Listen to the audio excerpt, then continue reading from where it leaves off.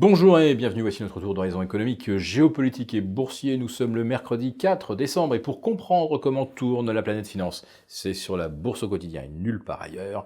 Et l'épisode du jour s'intitulera « Faut pas se fier aux forcenés d'Air Force One ». Oui, je sais. Il est souvent question de Donald Trump dans nos vidéos, mais comment éviter le sujet aujourd'hui alors que Donald Trump, une nouvelle fois, depuis Air Force One, a distribué baffes et bourre-pif à la planète entière. Alors je ne sais pas quel effet produit Air Force One sur Donald Trump.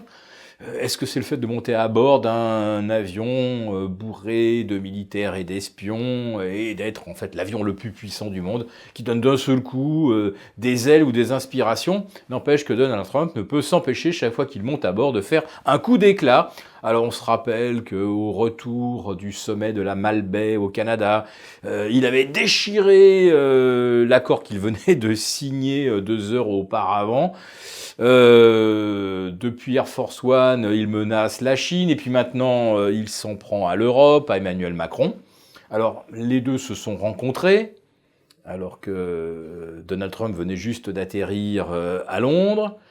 Et l'échange a été plutôt tendu, il faut le dire, mais nous qui ne faisons pas l'apologie d'Emmanuel Macron, on doit forcer de reconnaître qu'il a plutôt bien répondu à Donald Trump, surtout au second degré, ce qui a peut-être échappé d'ailleurs au président américain, qui lui a jeté à la figure de Donald Trump, à la figure d'Emmanuel Macron, le chômage de masse en France, les gilets jaunes, etc., etc.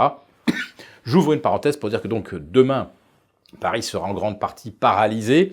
Nous ne sommes pas certains d'ailleurs que le quartier des Champs-Élysées soit autorisé.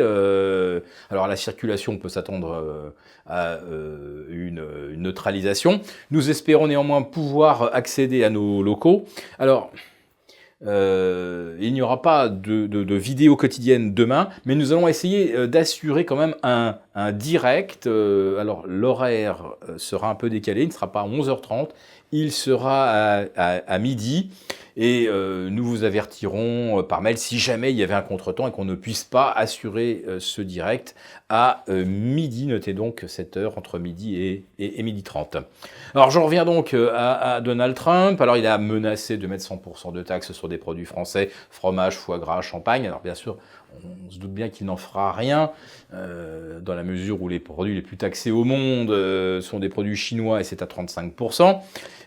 Néanmoins, on se dit que après la Chine, pourquoi est-ce que Trump ne s'en prendrait pas finalement à l'Europe, puisqu'il vient d'annoncer que les droits de douane c'est génial, que ça fait rentrer de l'argent, et après tout, les marchés s'en sont accommodés.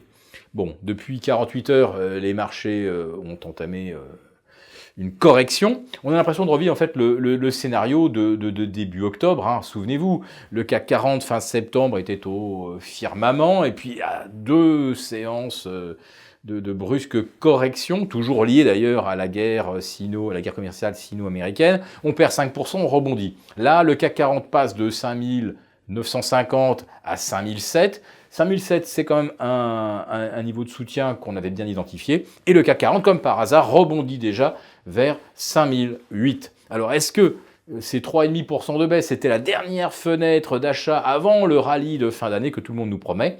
Eh oui, car aujourd'hui, la Libye, c'est que il y a eu ralentissement en 2019, mais que pour 2020, ça va repartir. Alors grâce aux banques centrales, bien sûr, qui injectent.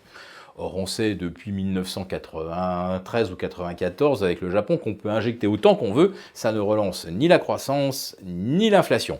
Mais ça soutient les marchés et c'est tout ce qui importe. Après, on invente n'importe quel prétexte, n'importe quel alibi pour rationaliser une hausse des marchés qui, en fait, n'a qu'un seul moteur, on le sait, ce sont les injections de liquidités de la banque centrale, enfin des banques centrales, qui va immédiatement s'investir sur les actions au nom du « there is no alternative ».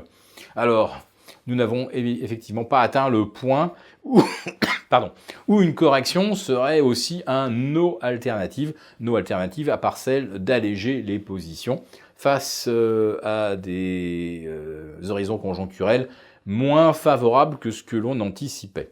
Je rappelle d'ailleurs que cette année, les bénéfices ont littéralement stagné, à mettre en balance avec une hausse de 25% du CAC. Alors on nous dira, non, monsieur Béchade, c'est pas vrai, il y a eu la baisse de 20% de l'automne 2018. Eh bien écoutez, si on prenait par exemple le 4 ou le 5 décembre 2018, vous verrez que le CAC 40 se situe quand même aujourd'hui 18% au-delà. Donc à perspective comparable, voyez où nous en sommes aujourd'hui. Voilà, si cette vidéo vous a plu, n'hésitez pas à nous mettre un thumb up. Nous vous donnons donc rendez-vous pour le direct live demain à midi. Et si vous voulez y participer, bien sûr, abonnez-vous à Béchade Confidentiel. Notre prochaine édition paraîtra fin décembre. Ça sera en fait, allez, votre cadeau de Noël, avec de nouveaux développements géopolitiques et de nouvelles réflexions d'ailleurs sur les métaux précieux, je vous le promets. Voilà, je vous donne rendez-vous donc demain à midi. Bonne journée.